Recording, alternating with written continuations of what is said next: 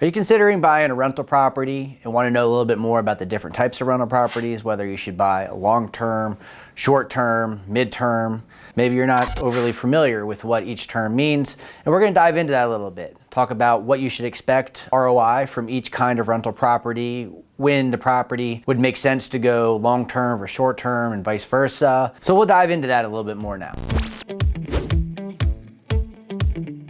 So the same house can be used for different types of rentals. The three main classifications would be long-term. A long-term rental would simply be you place a tenant in there for 12 months or more. Sometimes you'll see a tenant be in a house for 3, 4, 5, 6 years. But when using the terminology for long-term, what I'm referring to is 12 months or more. When you hear me say short-term, what I'm referring to for a short-term rental would be typically what you think of as AirBnb or VRBO, or shorter durations, 3 days, 5 days, as short as 1 day. That's typically what we're going to mean by short term. And midterm would be obviously right in between short and long.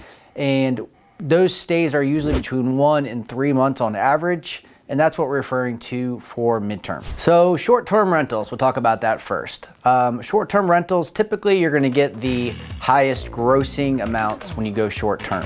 You're going to get the most headaches. You're gonna have to find usually unique characteristics of homes to attract vacationers. Oftentimes you'll see these in coastal areas or mountains, farms, things that are relatively unique and desirable. But you will see plenty of short-term housing in the suburbs as well, where people are going to visit family, or someone could be renovating their house and has 10 days where they need to stay somewhere. They'd rather stay in a home than a hotel. There's plenty of reasons for short-term rentals as well in the suburbs. But a few things to keep in mind when buying a short-term rental would be the occupancy period. So if you're thinking you're gonna get, let's say, $200 a night, it's very easy for people to do their numbers by 200 times 30, right? And they're like, okay, so for this one, I should expect to get $6,000 a month, which is highly uncommon, because you will oftentimes have let's say a 3-night minimum or a 4-night minimum, 5-night minimum. The occupancy period very rarely is at 100%. Obviously that happens, but it is very rare. So you need to go and use certain apps like AirDNA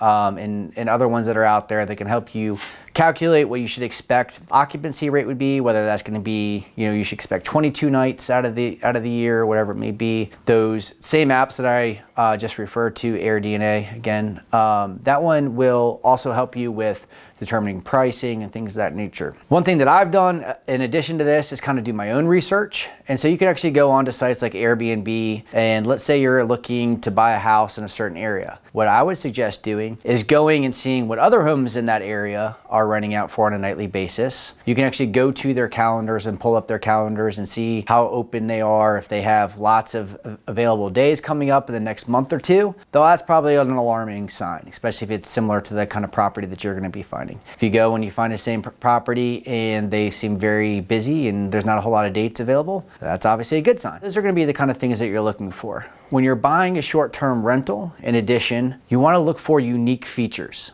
Something that's going to photograph well and really draw people in, such as hot tubs, pools, really nice outdoor areas, cool architectural features that people will really like. Definitely look for number of bedrooms. That's very important. Look for the space of the bedrooms, how you'll be able to lay them out. For example, if you have a very, very small bedroom and you don't think you can fit a king-size bed in there, or even a queen-size bed in there, and you only have a full-size bed, that's something that's going to obviously impact how much you can charge per night, because when you do go to these sites, you label how many bedrooms, how many people it sleeps, and things of that nature. Other important things, and this isn't obviously all about short-term rentals, but just other practical advice, is look for ways to add more numbers to your sleeping arrangements. So let's say you have a 4-bedroom house. That doesn't mean that you can only sleep 8 people. You can add bunk beds in one room. So let's say you have that as a kid's room, where you have 2 sets of bunk beds sleeping 4 people. Well, if you have them as larger beds, they could technically sleep, 2 in a bed,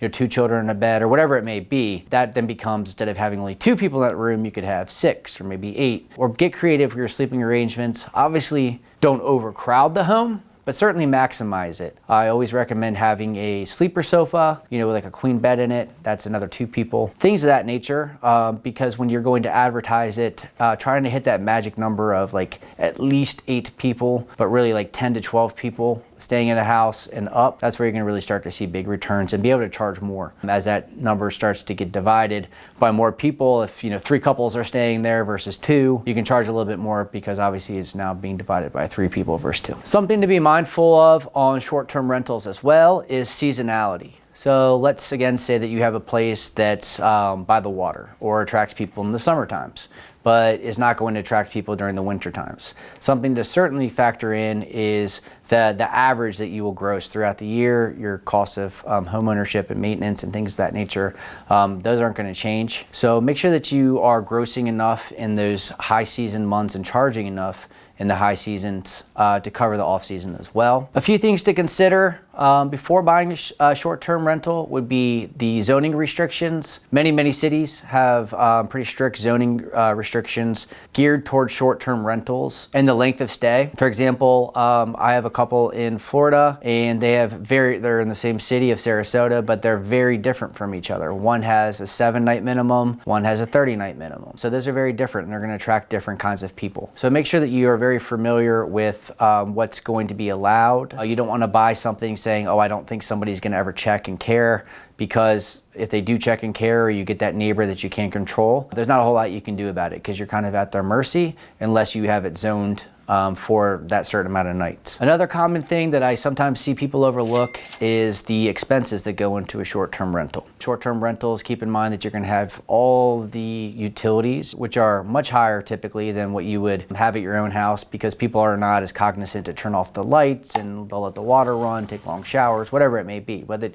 usually you're going to have very high utilities. You're going to have your cable. You're going to usually have your lawn maintenance if it's a single-family home. There's a pool, your pool maintenance. Make sure you don't underestimate the expenses that go in on a monthly basis as far as maintaining that short-term rental as well. And also keep in mind that if you're not going to manage it yourself, what we're kind of seeing as an industry average as far as management fees on the short-term basis are anywhere between 15 and 20%, which are 2 to 3 times higher than what you'll see in a long-term rental. So those are just a few things to consider before buying a short-term rental. I have some myself and they've done great. I absolutely love them. But there's certainly some downside to it as well. There is more headache that comes with it, but with more headache, you also get bigger returns. Now I want to touch on midterm rentals a little bit and explain the difference between a midterm and short-term rental. Midterm rentals are typically 1 to 3 months, although they can go longer. And you want to kind of buy a house that's going to cater towards people that you expect to stay there for 1 to 3 months. Oftentimes you'll see corporate housing, you'll see people in between moves sometimes. And the number one actually that we see in our midterm rental is traveling nurses, traveling doctors, and anyone that has a short-term contract between 1 and 3 months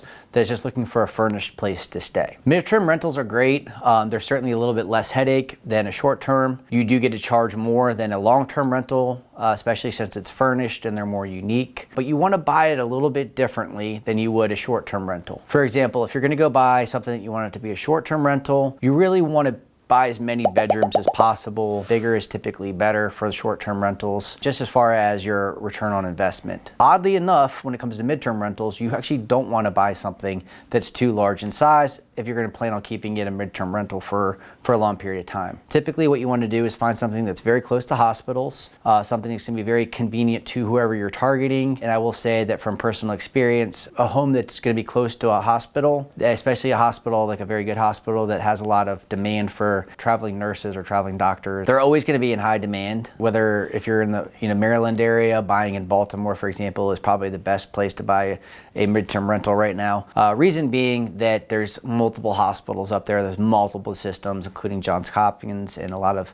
really good hospitals there. And because there's multiple that are like really close to each other, you can find some great return on investments in Baltimore for midterm rentals. So typically when you're finding the right size, 2 bedrooms is the magic number usually when it comes to midterm rentals. If you buy something that's too large, you'll probably need to charge more than what someone's willing to pay. But oftentimes when you buy a 2-bedroom property, that's exactly what is needed. Oftentimes the demographic of people that are staying there and their life circumstances is usually just 1 or 2 people. It's not often a huge family that's traveling and staying there. So you kind of want to buy a property that targets that individual or individuals who will likely be staying there. Most of the people that are coming in are working long hours, and when they come back, they want their own space. So whether it's 1 bedroom or 2 bedrooms, if you do have a 2-bedroom, I typically wouldn't recommend renting 1 room and then the other room if you have a 2-bedroom place, I would recommend renting that entire place, even though it's 2 bedrooms, just as, one place, the entire place to stay. After a long day's work in the hospital, you're going to want to come back to your own place and not have to worry about roommates. So rental rates for midterm are usually less than short term, and they're usually higher than long term. They're typically about 150% of what a long term would be. To give an example, if you could rent something out for about $3,000 a month on a long term basis, on a midterm basis, you're probably going to be able to get right around $4,500 to $5,000 a month typically. And then on a short term basis, that exact same property, let's say, you'd likely be able to get probably around $600 to $7,500, just depending on where you are in the country. But around here, those are the numbers that you can typically see. That the long term, you're typically going to be about half, or even maybe a little bit less than that, than what you get on short term. And then midterm is like usually right in between the two of them, as far as if you're 3,000 here, 6,000 short term. Midterm's probably going to be 4,500 or so, right in the middle. Keeping in mind that there are obviously expenses with the midterm rentals, that would include furniture to get it all up and running, but even more so than that, you will still have the same ongoing expenses that you do on a short term. So you're going to still have the same utilities, the same lawn maintenance, if there's a pool care, things of that nature. So whatever the fixed expenses of a short term are, you're going to usually have the exact same ones on a midterm, where you would not have either of those on a long term. So just something to keep in mind when you're doing your numbers. And now for a quick TV timeout. So if you ever need a resource or somebody to run ideas by, I'd love to be that guy. Feel free to reach out to me at 301-452-3245. And lastly, just to touch on long-term rentals. Long-term rentals are something that's been around for a while and relatively self-explanatory, but a long-term rental is going to be anything that you are going to be renting out for 12 or more months. The nice thing about long-term leases is, one, there's usually much less headaches, so it's kind of set it and forget it. You can even have a management company that'll come in and manage the property for you as far as maintenance and things of that nature, so you really don't have to do anything except for pay your mortgage and collect checks. But typically long-term rentals are going to cash flow a little bit less than what you would expect to see from a midterm or a short term when you net it all out at the end of the year. There is certainly less headaches, there's less risk that goes involved in a long term, because you kind of know exactly what you're going to get. If you rent it out for $3,000 a month, your mortgage is $2,000 a month, well, you know you're going to be grossing $1,000 a month. Obviously, you'll have things like management fees, expenses for repairs, and other things that go into that, but it's much easier to budget as far as what to expect on a monthly basis. Where short term, for example, is a little bit less predictable. You might have one month where 20 nights are rented, next month 30 nights are rented, so it does fluctuate more than a long-term rental would. Long-term rentals are a great way to build wealth.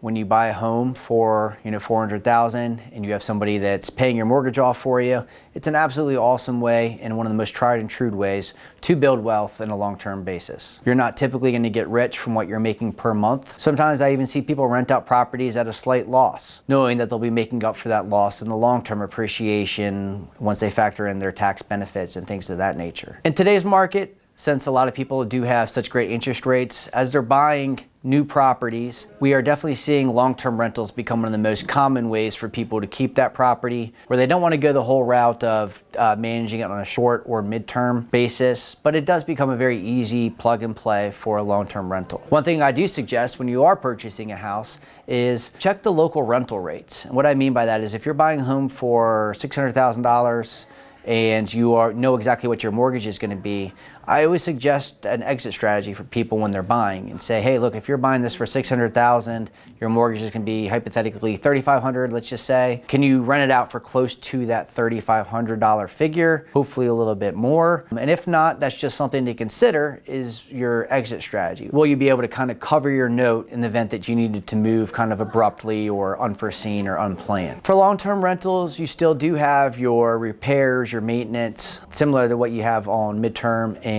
short term.